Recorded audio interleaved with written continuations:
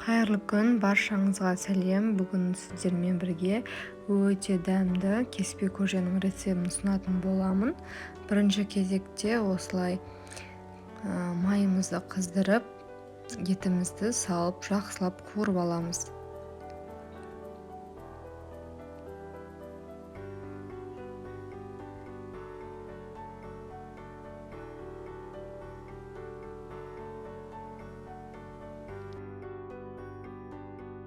Осылай қуырып жатқан кезде үстіне аздап тұз себеміз.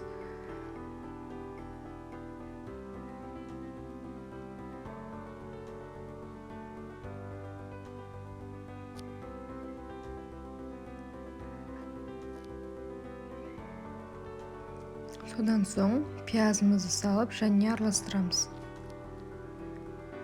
Томат пастасын саламыз, бір қасық, немесе салат салсаңыздар да болады.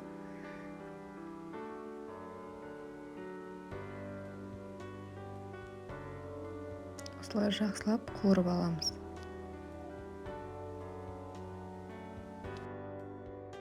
Содан соң үстіне картопымызды салып, кішкене қуырып, үстіне су құятын боламыз.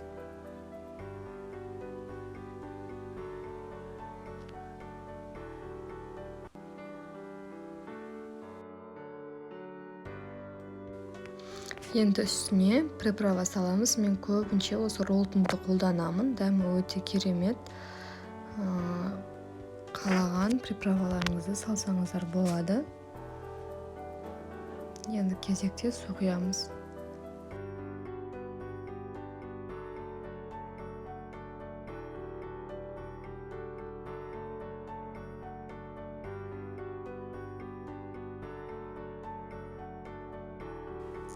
Содан соң қамырымызды дайындаймыз. Қамырымызды илеп аламыз. Суын құйып болғаннан соң 2 жұмыртқаны жарып, үстіне тұз салып, електен өткізілген ұнымызды салып, қамыр илеп аламыз.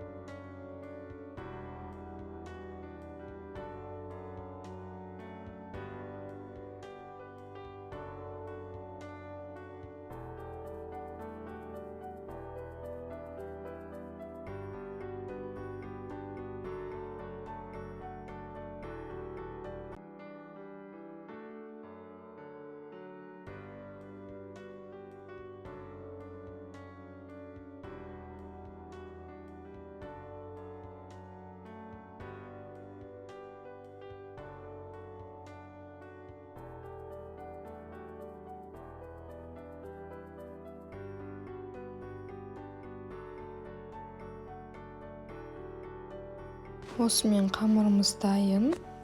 Бір 10-15 минутқа бетін жауып қойып қоямыз. Илеп болғаннан соң менде 10-15 минут тұрды. Енді қамырымызды жайып аламыз.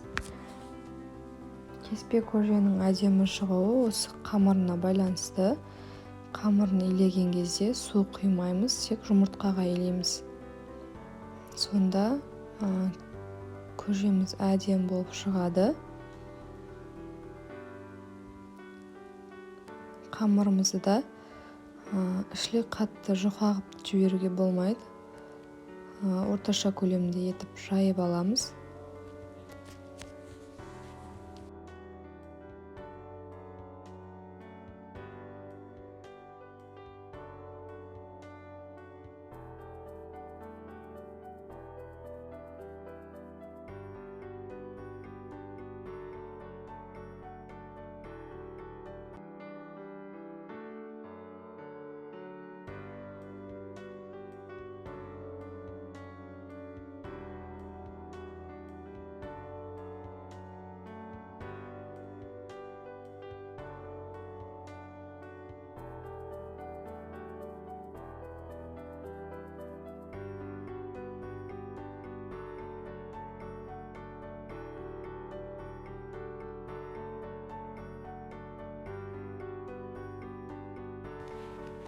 Осымен қамырымыз дайын. Енді әдемілеп кесіп аламыз.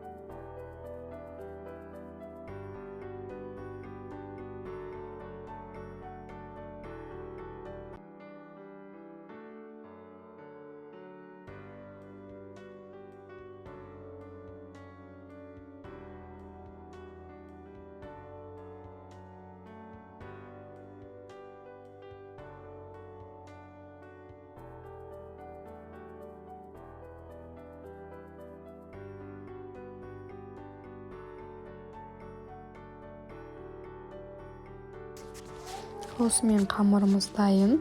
Қайнап тұрған сорпамыздың үстіне саламыз. Содан соң үстіне аздап укроп салдым. Қандай зелень салсаңыздар да болады. Дәмі өте керемет болып шығады. Сіздер де міндетті түрде осы рецептпен жасап көріңіздер. Видео ұнаса, лайк басып, комментарий қалдыруды ұмытпаңыздар. Алдағы уақытта тағы да керемет рецепттермен бөлісетін боламын. Осымен тамағымыз дайын. Ас болсын.